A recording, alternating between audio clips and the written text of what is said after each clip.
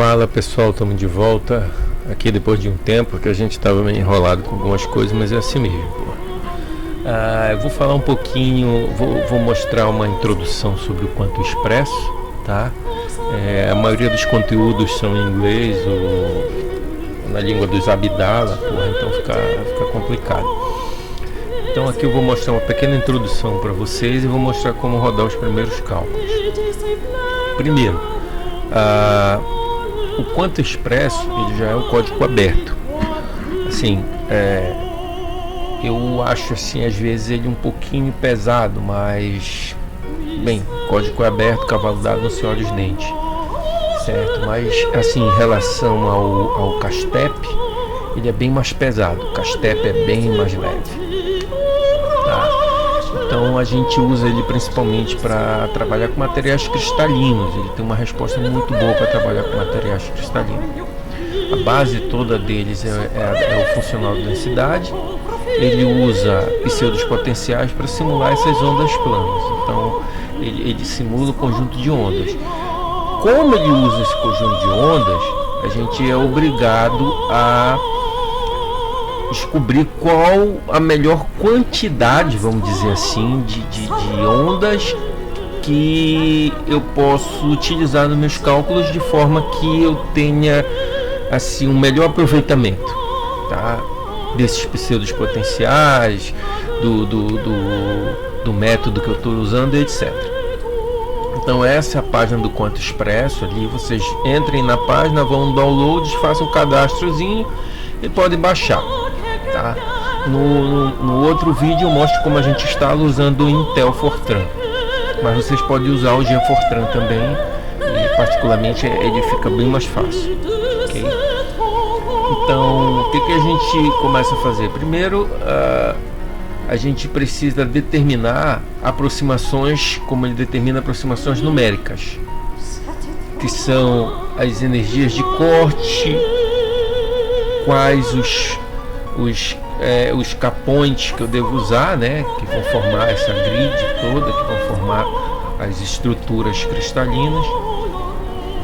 E a gente tem que ter uma ideia, pelo menos, do corpo de entrada, tá? São algumas variáveis importantes. Primeiro, name list. O que acontece? Sempre que der um erro, vai aparecer ali name list, tá? Que são esses name lists. Então aí, porra, quando a gente começa a pegar no Quanto Expresso a primeira vez, não tem um manual bacana, velho. Então, cara, tu vai fazer o que o cara colocou na internet e dá certinho. Quando tu vai fazer o teu, porra, dá tudo errado.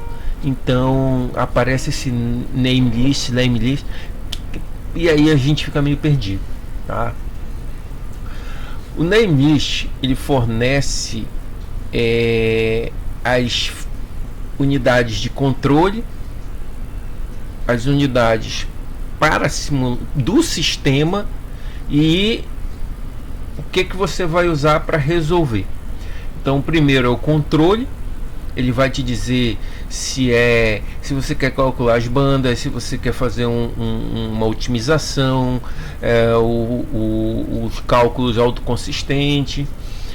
O sistema ele já vai dizer para você quantos átomos tem, né, a constante de rede, as energias de corte, etc. Então a gente tem desses caras 3 obrigatórios, que é o Control, System e Electrons. Você pode também, às vezes, você vai colocar o cálculo para rodar e ele pede o Ions, né? Aí você, basta você colocar ele ali sem nada dentro, o cálculo vai, tá? Isso é uma parada meio doida que ele tem, tá? Ele não é obrigatório, mas normalmente a gente depende dos cálculos, né, que a gente quer usar. Então, materiais magnéticos, paramagnéticos, é interessante. A gente precisa colocar isso aí, né? Aí a gente tem o outro, que é o input cards. Ele especifica justamente o tipo de átomo, a posição, o tamanho da grid, né? Então a gente tem esses caras que são mais 3 obrigatórios. Então se der um erro em um deles, se aparecer o erro name list, você sabe que é um desses caras aí de cima, né? Se der input cards, você sabe que já é na parte que determina as espécies atômicas, a posição e a grid. Então aqui esse é o input de entrada padrão do ContoExpresso. Você tem ali o tipo de cálculo autoconsistente. Você tem o prefixo, que é o nome, aonde está localizado o seu pseudo potencial e o arquivo de saída, tá? Aí depois ele vai especificar para você o teu sistema. Se o teu sistema é hexagonal, se ele é cúbico, né? Então ele vai dizer. Isso tudo você vai encontrar na internet.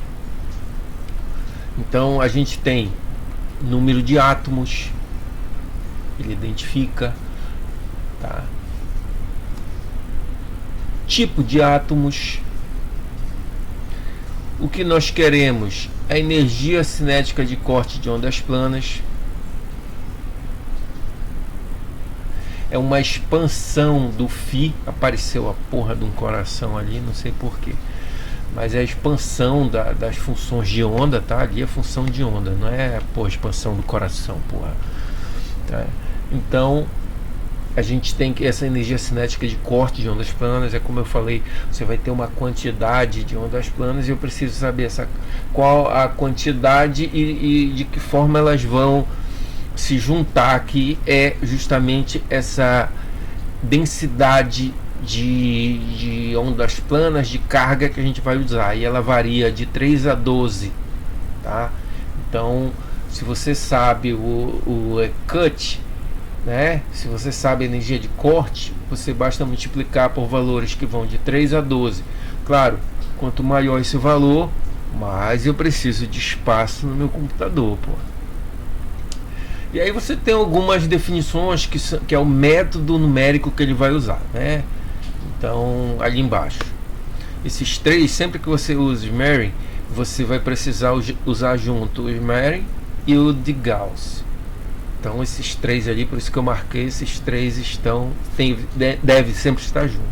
Ali você tem electrons, então eu só coloquei o valor padrão para ele, tá?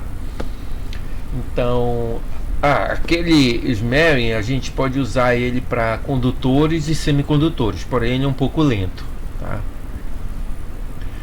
Então a gente tem ali o valor de convergência dessas ondas, que seria o limite de convergência à medida que você for trabalhando com ela, né, que o programa for simulando, ele tem um limite.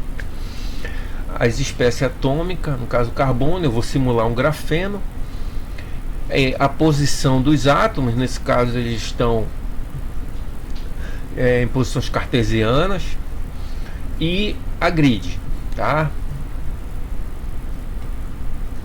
Ali o pseudo potencial identificado. O que é que a gente tem? Ora, a gente, para o nosso sistema, a gente tem cúbica de face centrada, cúbica de corpo centrado e assim por diante. Nós vamos usar o grafeno. Ali eu quis mostrar como é que o programa está enxergando, como é que ele vai replicar. Aí eu joguei dentro do SeekPath e aí ele replicou e mostra como é que o programa vai enxergar essas informações que tu deu. Então ele vai me enxergar dois átomos onde ele vai replicar, tá? 12 espaços para X, 12 para Y, e ele fica somente em uma dimensão mesmo, né? No caso ele só deixa plano. Eu não estou produzindo deslocamento nenhum, por isso que o K-point está 0, 0, 0 no final. Então quem vai determinar a quantidade deles é o K-point. Então eu estou dizendo que é 12 na direção X, Y e Z, ou A, B e C. Você verifica isso depois. Então o que ele faz? Ele vai pegar o cristal de grafeno, que é esse item A. Então ele separou aquele espaçamento ali. Então ele está pegando somente 2 caras, tá? Aí você tem o plano que ele está usando, onde ele vai colocar esses caras, e aí ele vai replicar todas as superfícies nas direções que eu falei. Quando termina o cálculo, ele vai mostrar para vocês algumas informações. Primeiro, o número de processadores que vocês estão usando, etc. Essas coisas todas. Número máximo de capões, tá? Então, ali eu estou usando 40.000 capões. Isso está relacionado às funções de onda. O meu pseudo potencial, ele faz uma normalização em 2S, 2P, tá? Então ele vai sair várias informações para a gente, podem, né, ser úteis dependendo do que a gente quer. Ele vai mostrar ali os parâmetros, ele sai informação dos parâmetros, ele fala do pseudo potencial e todas as funções que ele está usando ali. Você tem Exchange Correlation, que você vê. Então eu estou usando o método PBE ou PBA, né? E a energia de corte foi a que eu defini, 30. A densidade de carga, 150. Então eu multipliquei por 5. O limite de convergência, ele vai aparecer. Então ele te dá as informações que foram passadas e o volume, né, da célula unitária que ele está trabalhando. Outra informação, depois de fazer todos esses cálculos, ele vai te dar a energia, que a exclamaçãozinha vai ser a informação justamente onde está essa energia.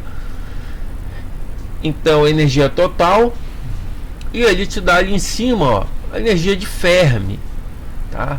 Então você tem as informações relacionadas a isso, beleza?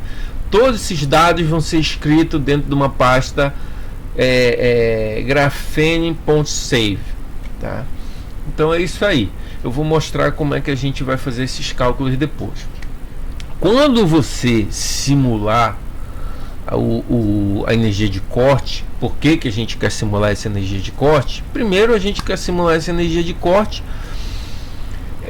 por causa das propriedades relacionadas ao pseudo potencial, tá? Então a gente precisa saber qual o melhor valor seria para a energia de corte. Segundo, a convergência dessa energia, ela não vai ter nenhum significado físico, tá? Então essa energia de corte, ela não tem significado físico. Eu estou usando para melhorar os meus cálculos, tá? E ela varia com pseudo potencial. Então ela vai te indicar quantas ondas planas serão usadas no cálculo. Seria mais ou menos isso. Aí o que você faz? Você vai usar diferentes valores de corte. Então eu estou usando ali 5, 7, 10, 12, 15, 17, 20, 25, 30, 35. Cada um desses deu energia total. Ali os valores de energia total, eu coloquei o tempo que eu gastei e coloquei as ondas planas, tá? O número de ondas planas que foram utilizadas em cada um desses cálculos. O que você faz? Você vai plotar sempre um gráfico, energia total pelo E-cut, tá? Pela energia de corte.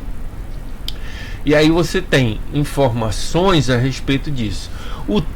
Quando você faz o tempo pela energia de corte, é interessante porque você tem uma melhor ideia, né, de aonde você vai localizar vai escolher, né, para usar os cálculos. E ali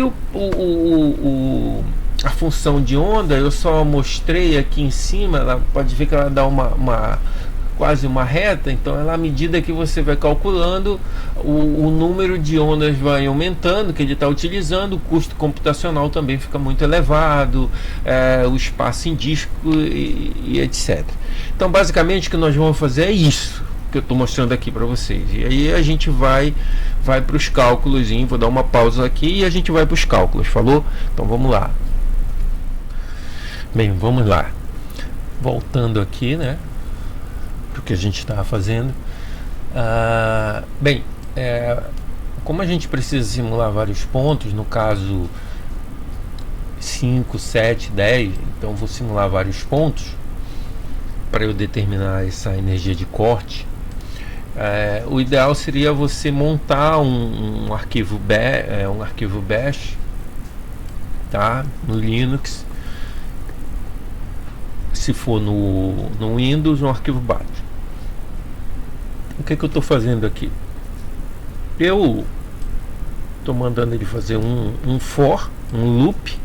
Ele sai 5, 7, 10, 15 até 35, que são justamente os valores que eu coloquei, que eu mostrei na tabelinha lá no PowerPoint. Aquele arquivo de entrada eu vou colocar aqui dentro, tá? Então o que ele faz? Ele vai criar, tá? Então sempre que ele alterar o número 5, ele vai criar o arquivo com o número 5. E aí ele vai fazer uma mudança bem aqui também. Então ele coloca o número 5 aqui, 6, 7, então ele coloca 5, 7, 10, 15, 12, 15, 17 e assim por diante, tá? No final ele salva o arquivo, localiza a energia total e joga dentro de uma tabelinha, tá? Isso que ele vai fazer. Depois de jogar nessa tabela, a gente vai plotar esse cara, tá? Usando no plot. Então fiz isso, coloquei, já dou a permissão para esse cara, tá aqui, ok? Vamos dar uma olhada. Então tá ali, certo? O executável, eu vou executar esse cara e deixar ele fazer. Então ele está fazendo ali, certo? Então tá. Eu mandei ele apagar esse arquivo .save, tá? Eu mandei ele apagar porque para mim ele não interessa nesse momento. Ele só está ocupando espaço. Então sempre que ele acaba um cálculo, ele apaga. Então ele só vai me deixar mesmo os arquivos de saída, que tá aqui. Então arquivo de saída, primeiro ponto. Então isso aqui é mais ou menos o tempo, tá, que ele gastou. Então tá aqui, quando ele termina, ele diz que foi feito. Então você tem as informações aqui que eu mostrei para vocês, certo? Então ele dá as posições. Isso aqui você tem que prestar atenção nisso aqui, tá? Isso aqui vai mudar de acordo com a quantidade do teu caponte, de acordo com a quantidade do teu E-cut. Então você tem que prestar atenção nisso, certo? Isso vai deixar o tempo computacional mais custoso. Então a gente tem aqui as interações que ele fez. Então várias interações, certo? Até ele terminou. Então ele fez, para isso ele fez 4 interações e a energia total tá aqui, 15. Então ele já jogou bem aqui dentro do arquivo. Ele já jogou aqui dentro do arquivo a energia total. Então tá aqui, tá certo, desculpa. Então tá aqui o primeiro, 15, ok, tá aqui. Ótimo, ótimo, ótimo, bem simples, não tem dificuldade. Fez isso aí, bora rodar o plot, tá? Então, e no plot eu dei o nome de plot.gp, pronto. E aí tá aí, ele já fez isso para mim, que a gente queria, tá? O melhor ponto é este 15 aqui, tá? Então você já tem esse cara, ok? No PowerPoint na apresentação, desculpa, na apresentação eu usei o tempo computacional, certo? Mas aqui eu não fiz, eu estou interessado nisso. Então lá eu tenho esse tempo computacional aqui que eu ploto para ter essa ideia, certo? Então você pode ver que o ponto 5, essa energia deu muito alta, e aí ele sai minimizando, né, até estabilizar, e você escolhe os valores, né, quando ele começa a minimizar, porque se você lembrar, deixa eu mostrar aqui, deixa eu voltar lá para você. Se você lembrar, deixa eu mostrar, voltando. Olha aqui, ó. Olha o tempo como está aumentando. Então, o melhor ponto, tá? Vamos dar um zoom aqui, pô. O melhor ponto é esse cara aqui, ó. O tempo computacional vai te informar. E dá justamente aqui nessa curva, que é o que nós temos aqui, ó. E dá nessa curva. Então, tá aqui a associação deles. Falou? Então, bem simples fazer isso aí, não tem dificuldade, certo? Então, a primeira coisa que a gente faz é isso aqui no Quanto Expresso. Então, esse é o primeiro vídeo que eu estou soltando relacionado ao Quanto Expresso. Eu vou fazer por partes. Agora a gente vai calcular o número de capões que a gente vai usar no nosso cálculo, já que eu determinei o E-Cut. Até o próximo vídeo, galera. Valeu.